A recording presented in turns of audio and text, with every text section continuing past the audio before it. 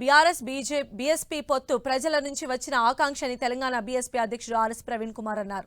BRS అధికారంలో ఉన్నప్పుడు ప్రజల పక్షాన పోరాడామని, ఇప్పుడు చిన్న చిన్న విషయాలు పట్టించుకోకుండా కలిసికట్టుగా పనిచేయాలని నిర్ణయించామని చెప్పారు.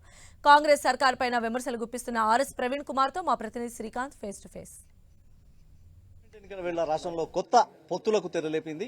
బీఆర్ఎస్ బీఎస్పీలు రెండు కలిసి పార్లమెంట్ ఎన్నికల్లో పోటీ చేయాలని నిర్ణయం తీసుకున్నాయి. ఇందుకు సంబంధించి బీఆర్ఎస్ బీఎస్పీ రాష్ట్ర అధ్యక్షులు ప్రవీణ్ కుమార్ గారు మనతో ఉన్నారు. ప్రవీణ్ కుమార్ గారు, ఈ పొత్తుకు ఎలా తెరలేచిందని అనుకోవచ్చు?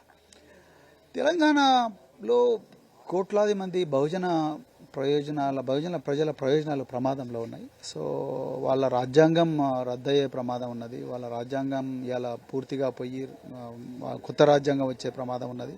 తర్వాత ఇక్కడ విచ్ఛిన్నకరమైన పరిస్థితులు ఎదుర్కొనే పరిస్థితి, లౌకికత్వాన్ని అమలు పరిచే శక్తులు, రాజ్యాంగబద్ధంగా పాలన చేసే శక్తులు చేతులు కలపాల్సిన అవసరం ఉంది. కొంచెం చిన్న చిన్న మనస్పర్ధలు ఉంటుండొచ్చు, తేడాలు ఉంటుండొచ్చు, కానీ ఒక పెద్ద ప్రత్యర్థిని ఎదుర్కొనే క్రమంలో మరి కలవాల్సిన అవసరం ఉన్నది. అది తెలంగాణ ప్రజల ఆకాంక్ష, అందుకొరకే కలిసి. అంటే పొత్తు ప్రతిపాదనలు బీఆర్ఎస్ నుంచి వచ్చాయా, బీఎస్పీ నుంచి వచ్చాయా? దీనికి సంబంధించి మీరు మీ హైకమాండ్ నుంచి అనుమతి పొందారా?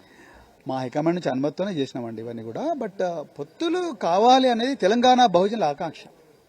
వాళ్ళ నుంచి వచ్చిందా వీళ్ళ నుంచి వచ్చిందా అనేది కాకుండా తెలంగాణలోనే బహుజన ప్రజానీకం ఆకాంక్ష. అంటే 3 నెలల క్రితం వరకు కూడా బీఆర్ఎస్ విధానాలు మీరు తప్పట్టారు. ఇప్పుడు బీఆర్ఎస్ విధానాలు మీకు సరైనని అనిపిస్తున్నాయా? బీఆర్ఎస్ విధానాలలో మేము ఏవైతే ప్రజలకు వాళ్ళ ప్రయోజనాలకు భంగం కలిగించే విధంగా వాటి మీద మేము పోరాడిన మాట వాస్తవం, నేను కాదంటలేను. మేము వ్యక్తుల మీదనో లేకపోతే వాళ్ళ అలవాట్ల మీదనో లేకపోతే వాళ్ళ పర్సనల్ విషయాల మీదనో మేము పోరాడలేదు. ప్రజలకు ప్రయోజనాలకు భంగం కలిగినప్పుడు పోరాడినాం. ఇలా కాంగ్రెస్ పార్టీ వాళ్ళకు కూడా ప్రజల ప్రయోజనాలు భంగం కలిగితే మేము పోరాడతాం. చిన్న చిన్న విషయాలను పక్కకు పెట్టి ఒక బలమైన ప్రత్యర్థిని ఎదుర్కోవడానికి మరి ఇలా చేతులు కలపాల్సిన అవసరం వచ్చింది. ఇప్పుడు వాళ్ళు ఎక్కడెక్కడ మిస్టేక్ చేసినారని వాళ్ళు కూడా అర్థం చేసుకుంటున్నారు. అందుకొరకు తప్పకుండా తెలంగాణ ప్రజలు ఈ కూటమిని ఆస్వాదిస్తారని అనుకుంటున్నాం. అంటే రాష్ట్రంలో మీరు పోరాటం చేశారు, బీఆర్ఎస్ ప్రభుత్వంపై కొత్త ప్రభుత్వం ఏర్పాటైంది.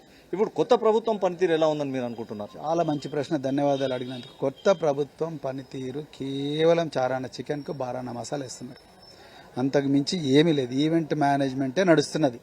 సో కేవలం ఎల్బీ స్టేడియంలో జరిగే మీటింగ్ల కోసం అధికార యంత్రాంగానంతా నడిపే పరిస్థితే ఉన్నది తప్ప సోషల్ మీడియాలో తమ్మునేలు పెట్టి అది చేస్తున్నాం ఇది చేస్తున్నాం అని అంటున్నారు తప్ప నిజంగా ప్రజలకు ఏవి కూడా జరగడం లేదు. ప్రభుత్వ పనితీరును చూసి రాష్ట్రంలో మరో 12-13 సీట్లు మేము ఈసారి ఎంపీగా గెలుస్తామని సీఎం గారు ధీమా వ్యక్తం చేస్తున్నారు.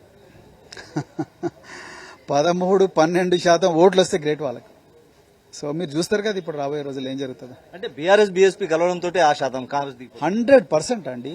ఇది మామూలు విషయం కాదు. ఈ రాష్ట్ర రాజకీయాల్లో పెను మార్పులు తీసుకొచ్చే బహుజన వర్గాలకు దీర్ఘకాలికంగా చాలా గొప్ప ప్రయోజనాలు జరిగే ఒక గొప్ప విప్లవాత్మకమైన పరిణామం తెలంగాణ చరిత్రలో చోటు చేసుకున్నది. మరి తప్పకుండా మీరు తెలంగాణ ప్రజలు దీన్ని ఆస్వాదిస్తారు. ఇది లాంగ్ టర్మ్ కొనసాగుతుందా అయిపోతూ? అంటే మొదటి దశలో ఇది ఉంటుంది, దాని తర్వాతనే మేము మిగతావన్నీ రివ్యూ చేస్తాం. Thank you very much.